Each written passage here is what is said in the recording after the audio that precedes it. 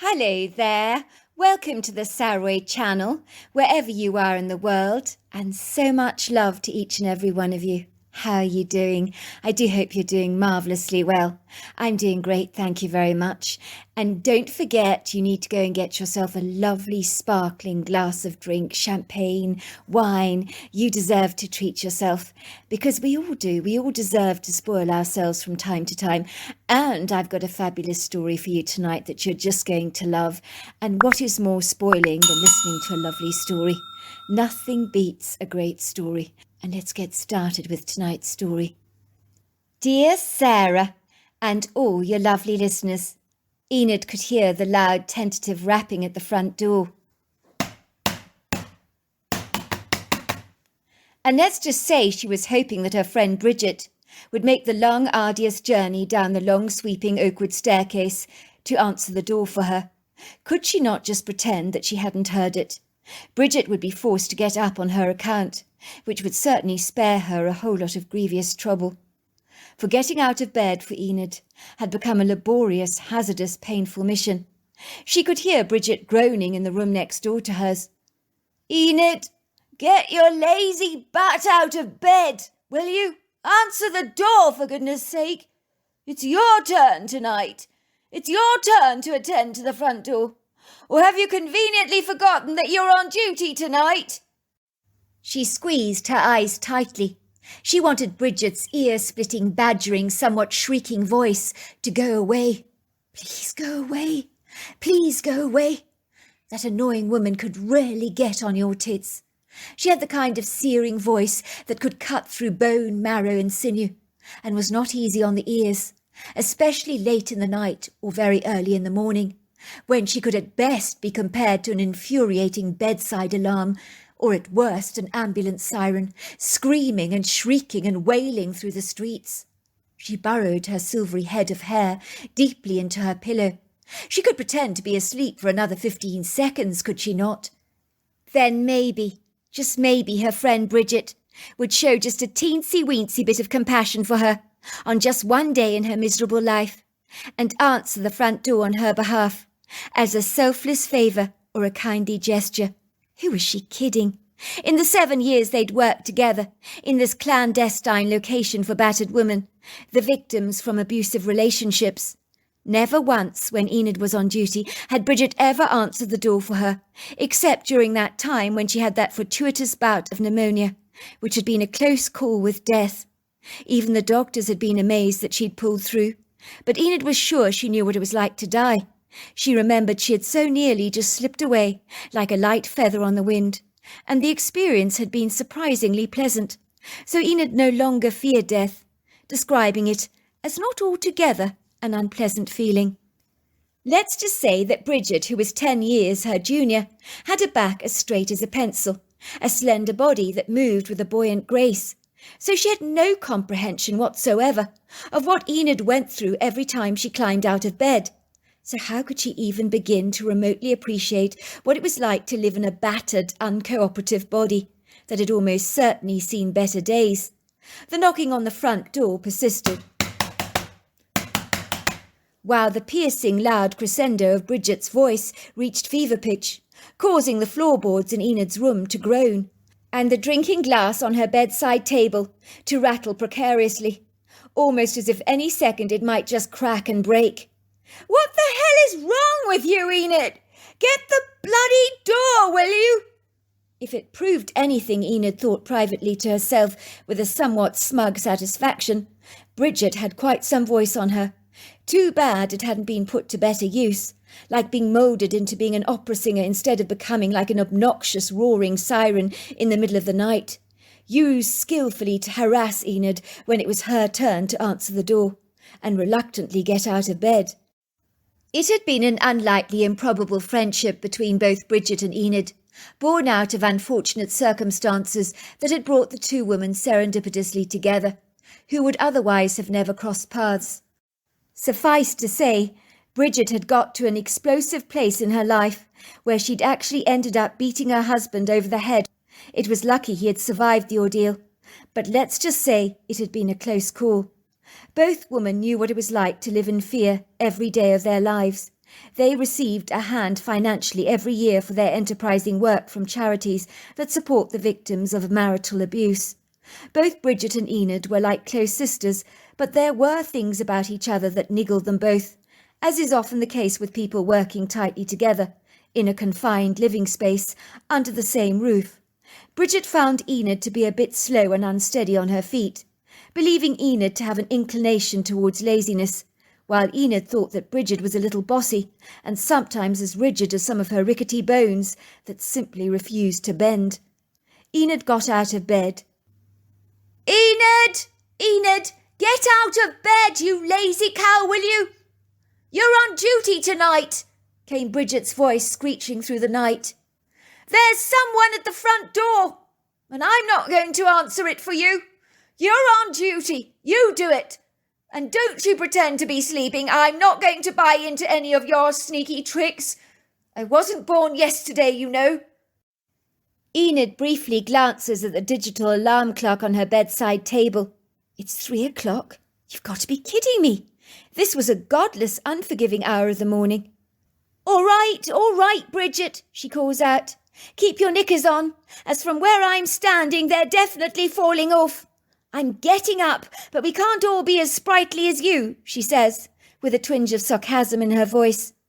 Enid grudgingly rises up on her elbow, pushing herself up in an upright position, while undertaking the taxing mission of climbing out of bed, a job not for the faint-hearted, as at her advancing age, the hands of the ticking biological clock are moving steadily towards the late 70s, early 80s. When she moved her body, it creaked and groaned like a rickety piece of furniture that had long passed its best, balancing precariously on 4 legs, but looked as if in any minute it might just buckle over, disintegrate, collapse and crumble, with a little more wear and tear, that is. It was like that for Enid, but she never even verbally articulated to her friend how dilapidated she felt her body had become. Somehow such self-pity seemed in poor taste, especially living among women whose physical bodies had been sometimes knocked into a pulp and scrambled. So these young women knew all about pain. So who was she to grumble about her ageing aches? Over the years, Enid's body had thickened substantially. She had gained unsightly weight in places that were resistant to any kind of diet, as the weight clung to her like a limpet, refusing to budge. Her aching joints had stiffened and had become obstreperously unyielding, while her unbending, tiresome bones were like peanut brittle, likely to snap at any given moment. It didn't help, of course, that the assiduous inflammation of her gouty arthritis meant that she was well acquainted with the unrelenting discomfort that tended to accumulate in her feet and ankles, causing an obnoxious swelling and a dogged, tenacious burning sensation that would shoot through her knees. Enid winced out in pain as a throbbing ache went whizzing up her arms, as she pushed her arm through the thin faded fabric of her age-old overwashed dressing gown, which had clearly been through too many cycles in the washing machine over the years and had become sympathetic to Enid's plight, as it too had become limp like a dish rag. She reluctantly tied the cord of the dressing gown over her extended middle, while she slipped her puffy feet into a pair of sheepskin slippers that left deep indentations of her foot impressions in the soles. Her puffy toes ached as the slippers tightened around her swollen feet. The persistent banging of the front door started up all over again.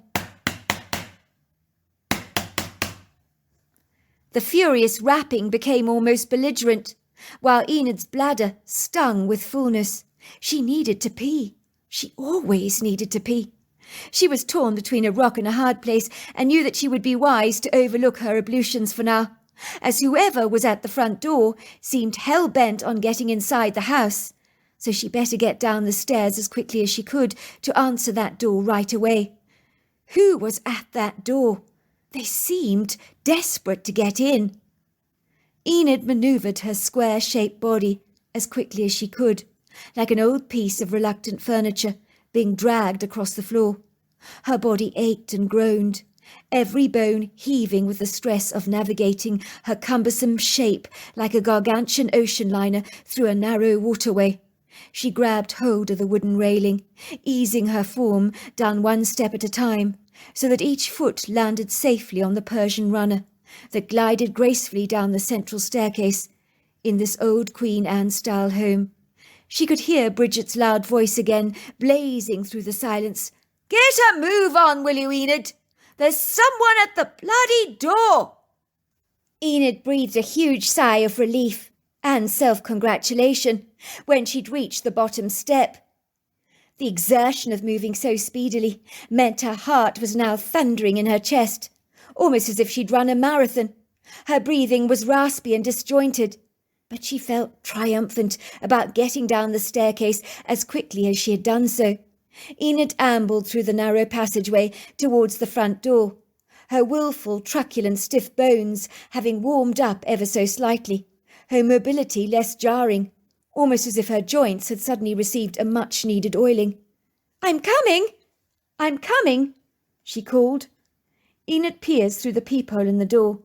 It's always sagacious to check through the front door, for it was always possible that a confrontational boyfriend or a pugnacious husband might actually uncover the location of their safe house that had happened once before with one of their residents, whose husband had hired a private detective to find his wife's whereabouts.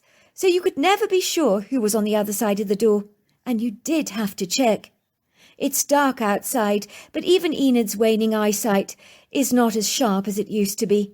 But she still can distinguish the non-threatening slender silhouette of a young woman standing in the doorway, looking furtively over her shoulders, as if half expecting something to pounce on her from out of the dark shadows. She's obviously eager to get inside the house. Enid knows full well how skittish and frightened abused women can actually be. No different to an abused animal that's been badly treated by its owner, that runs and hides in the dark corner, its body trembling, its dark eyes filled with terror. Enid had found women were no different to domesticated pets when they were abused. She pulls back the chain, turns the key in the lock, and opens the door. In seconds, her own physical discomfort flees from her like a balloon on the wind when she gasps in horror at the sorry sight that greets her eyes. She has never become conditioned over the years, when she's been doing this work, to some of the gruesome sights she sees regularly, of women being beaten up so badly, like a road map of black bruises, with tributaries of dried blood everywhere. This young woman's bloody face is certainly not easy on the eyes. Enid can see dry blood gathered around her nostrils from a rather nasty nosebleed. Some of it is crumbling away. It looks as if this poor girl has been punched in the face, while there is some superficial bleeding in the hairline, but luckily the scalp looks to be all right. Enid notices that once, where the girl boasted what she assumes was a perfectly symmetrical nose, possesses a defined kink, an indelible sign of a broken nose, which she possibly incurred as a result of physical abuse. Of course, nothing ever surprises Enid these days. She's certainly seen it all. The graphic horrors of the fairer sex, so unkindly subjected to all manners of physical, emotional and mental abuse. But one never really acclimatizes to it. Enid quickly scrutinizes the woman in the doorway, giving her a once-over, like the EMTs do when examining a patient, where they have to make a quick, speedy assessment. Enid discerns the girl is thin and emaciated. She looks like she's missed out on far too many healthy meals, but with sunken, hollow cheekbones, dark circles under her red eyes, and a splattering of blood on her yellow and white cotton dress, which she is wearing with a bright yellow cardigan. She really does look like a victim of war. The woman is trembling, as if she's freezing cold, but it's a warm night. She whimpers like a frightened dog, as she looks at Enid through red eyes, which Enid privately suspect have succumbed to far too many tears of late. I'm sorry. I didn't mean to wake you up, but I was scared. I thought he could be following me, she said, her head glancing over her shoulders again to examine the streets. But this is a very quiet New York green leafy neighbourhood, and it's very, very still. There's certainly no curtains twitching in the neighbouring houses from curious inquisitive neighbours, of which, of course, there are many. But even a snooping busybody finally draws a line at spying on their neighbours at about 3 o'clock in the morning. The only shadows are from the silvery light of the moon, dancing through the dark clouds, filtering across the asphalt road, along with the accompanying reflective light from the vintage street lamps. Everything is quiet, Even the young woman seems reasonably satisfied that she is indeed safe, as her beady reddened eyes scan the entire street like a savvy bird of prey. She believes now, I think, that there isn't a solitary soul in sight, and the quietness of the morning remains completely undisturbed. "I am at the right place, am I not? This is the White Dove safe house, is it?" Enid nods, gesturing kindly for the woman to come in, putting a reassuring hand on her back and guiding her along the passageway. "Someone gave me your card a while ago. I think it was a year ago, actually. She was a kind nurse who guessed I'd been beaten up by my husband when I was in hospital for a broken arm. I've always kept the card in my purse, hoping that I would never need to use it. But I can't take it anymore. I've just had enough. Tonight was the final straw. I've reached breaking point. If I ever go back to him, there'll be nothing left of me. All I will be is the muck on his shoe. That's what it's come to of late." "Don't you worry, young lady. You've come to the right place, and you're not alone. There are 12 girls in this house just like you, staying here at the White Dove house, all with horror stories not unlike your own. They too reached a breaking point in their life, which is why they're here. And there's always room at the inn, as they say, for another bird with a broken wing." "Follow me," says Enid, directing the young lady into the house, leading her directly into the cosy-looking kitchen, where she beckons to the young girl with an outstretched arm to please take a seat. "Let's make you a nice hot cup of tea, shall we?" Enid knows full well that the ritual of making tea, even at 3 o'clock in the morning, has a remarkable stabilising effect on victims of trauma. She's seen it for herself. The young woman sits at the long wooden oak table in the French-style provincial-looking kitchen that looks more like something you'd find in the south of France, with that rustic, rather charming appeal. The stone flooring, the wooden dresser that's piled high with blue and white china, a solid wooden trolley covered with spices, a large sideboard with underlying drawers and shelves, a huge fitted sink, a large red range oven. There are long, colourful, wholesome ribbons of glistening chilies and white garlic bulbs bundled together in clusters, along with a plethora of sparkling pans that gleam so very brightly that you can actually see your reflection in them. They're strategically hanging above the range on a low ceiling that is easily accessible to the cook.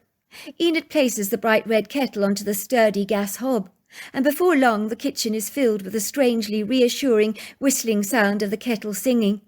The water has finally boiled. Enid skillfully removes the kettle from the hob and pours hot water over the English breakfast tea bags, bringing them over to the table. She arranges 2 teacups and saucers and pours a splotch of milk into the tea. The milk seems to fold into the tea on its own.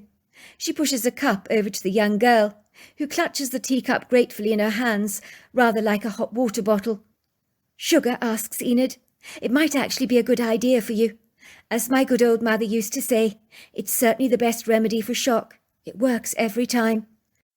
The young woman reaches out for a teaspoon and piles 3 heaped teaspoons into her cup of tea, and then she stirs it around and around and around, as if the movement of stirring is somehow very therapeutic. "How about something to eat?" asks Enid. "I could rustle you up a sandwich. I've got cheese and ham slices in the refrigerator. I also have Nutella chocolate spread, which the ladies here love on toast. The ladies in this house, let's just say they love chocolate. But then so does my waistline," she teases, patting her extended girth with a wary resignation, which was supposed to be funny. But the young girl isn't really laughing. "Chocolate spread on toast," said the girl. I like the sound of that. I can never say no to chocolate." The young girl sips her tea as Enid pulls out the bread from a bag and pops 2 slices into the red Kenwood toaster until the browned toast pops up. Enid throws the warm toast onto a plate and saturates the crispy toast with butter and chocolate spread, which melts when it embraces the warm bread. Even this unlikely ritual brings a measure of comfort to the young woman, who watches her in an almost meditative state, without saying a single word. And when Enid hands her the plate, she eagerly bites into the chocolate-covered toast with large, hungry mouthfuls, as if she suddenly just realised how hungry she actually is. "My word, this is delicious. Thank you," she says. Enid smiles knowingly to herself.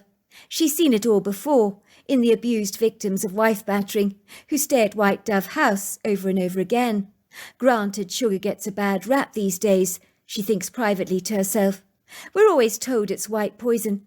But Enid does not agree with this. She's seen how the sweetness of cane sugar has brought a downtrodden, desperate young woman out of her melancholia into a place of reflective meditation and tranquil calm. The young woman seems pleasantly tranquilized when moments before she was trembling like a frightened animal. Now she looks so much more serene, almost as if a sudden peace has washed over her, and the world doesn't seem quite so dreadful as it first appeared. Would you like to tell me what led you to come to White Dove House? Unless you don't want to talk about it, of course, of which I quite understand. Some people aren't ready to talk, and sometimes they're never ready to talk. I know if my friend Bridget was up at the moment, the first thing she would do is to attend to the blood all over your face, washing it away carefully. But we do things differently, the two of us. I always believe talking is best, before we even clean the physical mess up.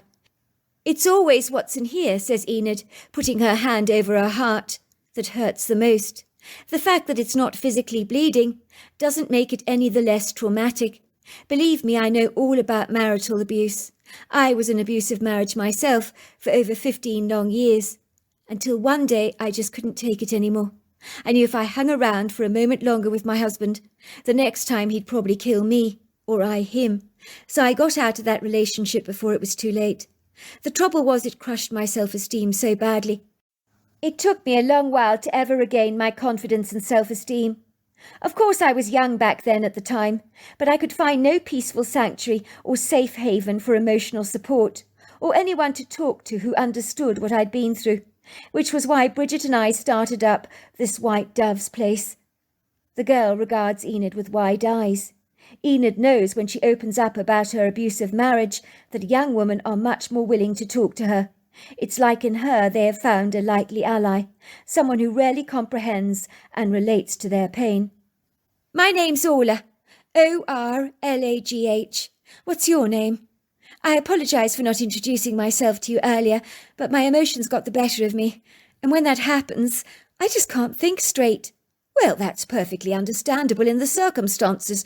Orla, yes, I do like that name. Well, my name's Enid. Nice! I think you look like an Enid. Tonight, I just knew if I didn't get out of there, I'd probably never escape my man's clutches. He's been abusing me for a while now. I'm sorry to hear that, Orla, says Enid sympathetically. How long has the abuse been going on for, if you don't mind my asking? Orlog pauses for a moment. I'm not actually sure. He wasn't always like that, my husband. But I guess you could say fate dealt us some cruel blows. It was rather like the domino effect in our lives. When one thing went down, so did everything else. Believe it or not, Chancer used to be a really decent person, and I mean really decent. I would have never got involved with him otherwise, but he changed, and then he became very abusive. Do you know when the abuse started?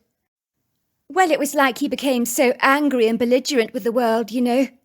I mean, everything went wrong with his life. It was almost like the heavens had opened and throttled him with meteorites. I mean, I think everything escalated after his brother was beaten up to a pulp, after a drink in a bar, where he was found lying dead on the side of the road. You never get over that.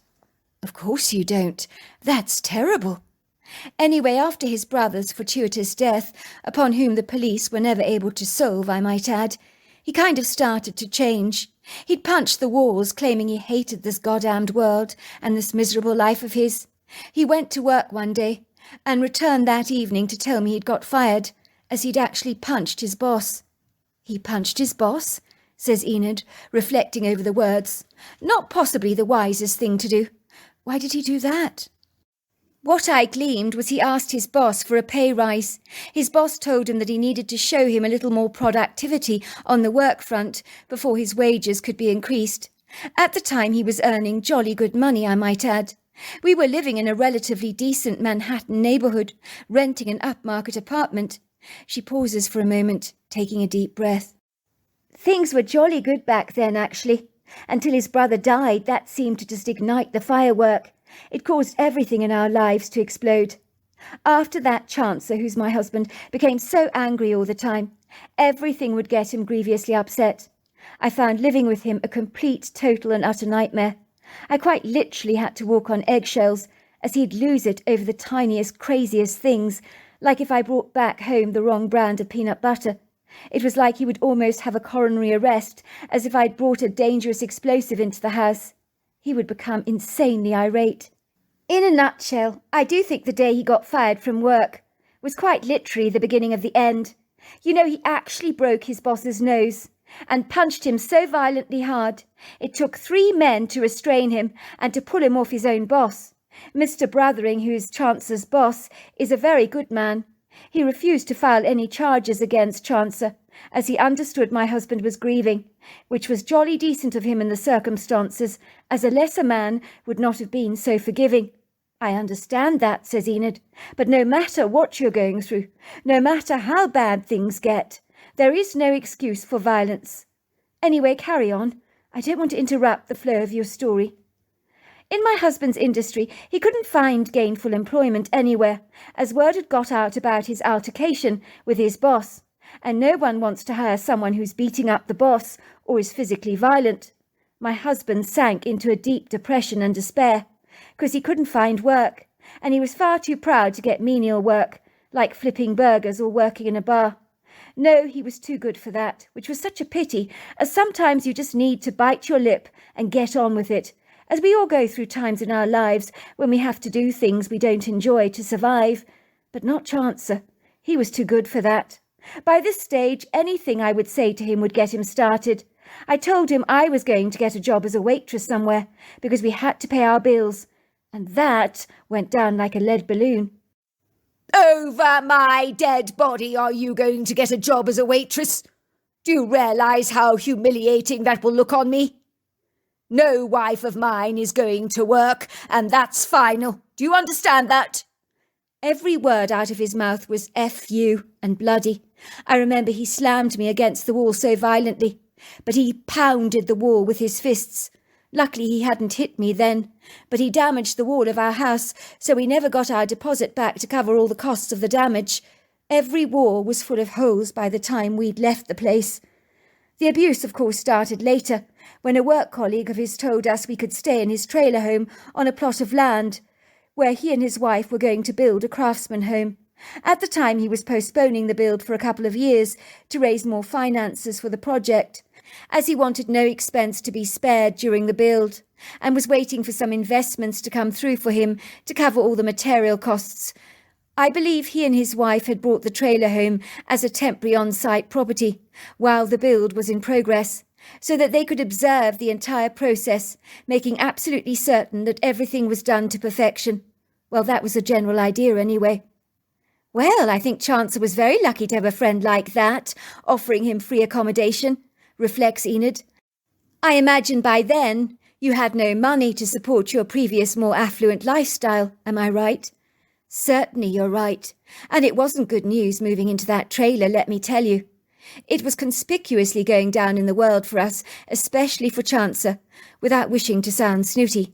I mean, we were used to our creature comforts by then, living in the lap of luxury in a sumptuous apartment.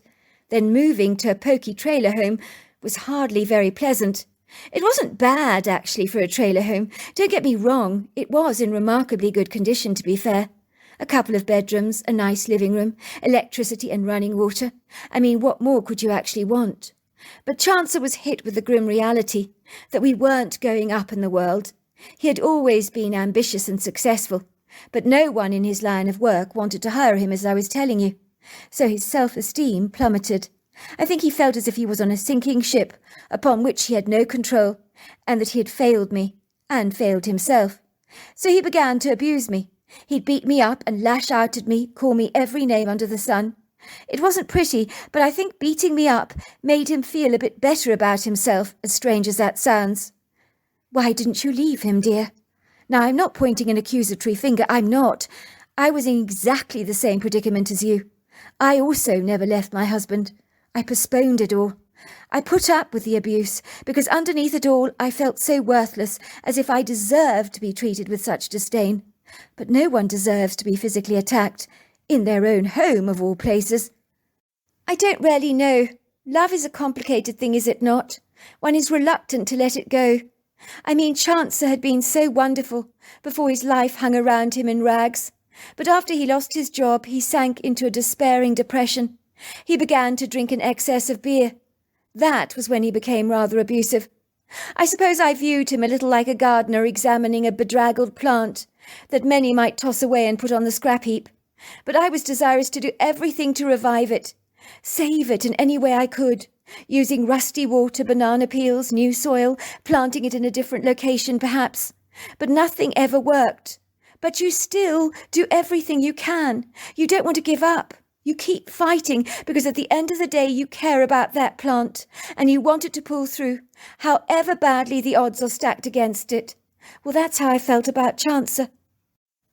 Believe me, I do think I understand.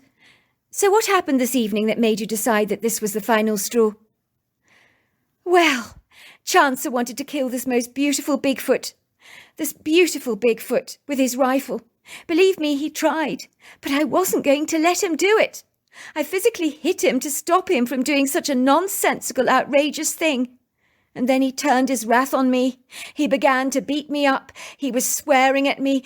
I truly didn't think I was going to make it. I thought that he was going to kill me. A Bigfoot? Says Enid. Is this a joke? Are those things real? That's the end of part 1. We have part 2 on Monday night. So until next time, goodbye and good night.